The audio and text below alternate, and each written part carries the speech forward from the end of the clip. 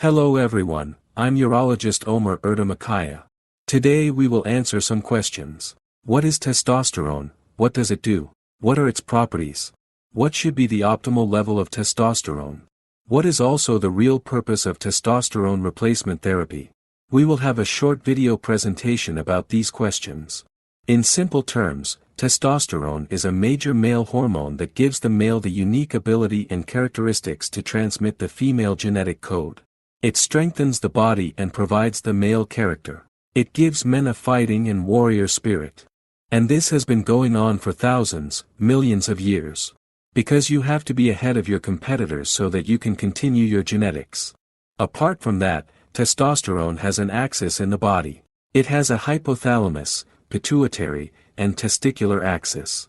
If there's a problem with this axis, testosterone production stops. Let's look at the metabolism of testosterone. The body produces around 6 to 7 milligrams of testosterone daily. 98% are bound, inactive. And 2% are just working. Why does this happen? Testosterone is actually stored in the blood in a sense. Because there is no special organ where testosterone can be stored, it is stored in the blood. Free testosterone is broken down in 5 to 10 minutes. Gradually testosterone is released into the blood from where it is stored in the blood afterward. Apart from that, testosterone has many other functions. It has a very important role in energy metabolism, muscle, bone, sexuality, reproduction and mental and cognitive functions. So what happened in the last 100 years? What happened in the 20th century? People are using their muscles much less and less.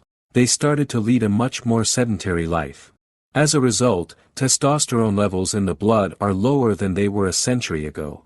What do we call this? With this drop in testosterone, if the patient has complaints such as loss of sex drive, erectile dysfunction, decreased mood, and if testosterone is below 350 nanograms per deciliter in the blood, we say that these patients have hypogonadism. We give testosterone treatment to the patient, thinking that these complaints may improve with treatment. There are many different opinions here. Why? For one thing, it's because of the optimal level and wide range of testosterone.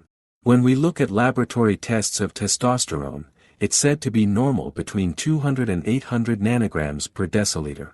Any value in this range, whether 200 or 750, is called normal testosterone. But at these values, patients may have complaints. There is a difference of opinion on this. Some say, if the patient feels good at 750 to 800 nanograms per deciliter of testosterone after we give TRT, he can stay at that level. After all, this level also falls within a physiological range. With this, let's see what the optimal level should be. Here we see that the optimal level is around 600 nanograms per deciliter. Because between 25 to 35, when the body is at its healthiest, the testosterone level is around 600. Then we see that testosterone gradually decreases with age. What is the state of well-being we want to give to the patient with testosterone replacement therapy? So the patient can't live on low energy, can't live on low libido, can't he survive? No, he can. Is that very important? Actually, there is a different situation in testosterone therapy, more important than that. We compare patients with hypogonadism who accept TRT and those who do not.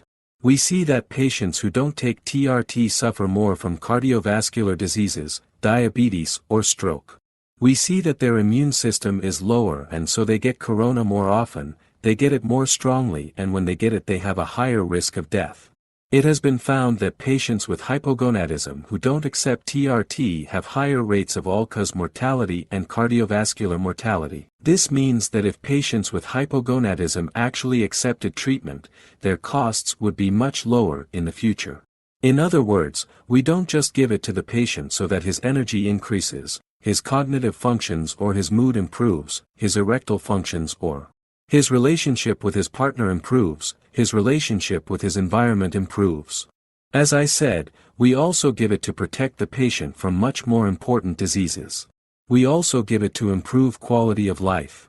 This is the aim of testosterone replacement therapy in general. But is there an age for this? At what age should it be done? Which medicines should be used? How long should it be done? I will shoot other videos for topics like this in the coming periods. This is generally how testosterone replacement therapy works. Thank you for listening, best regards.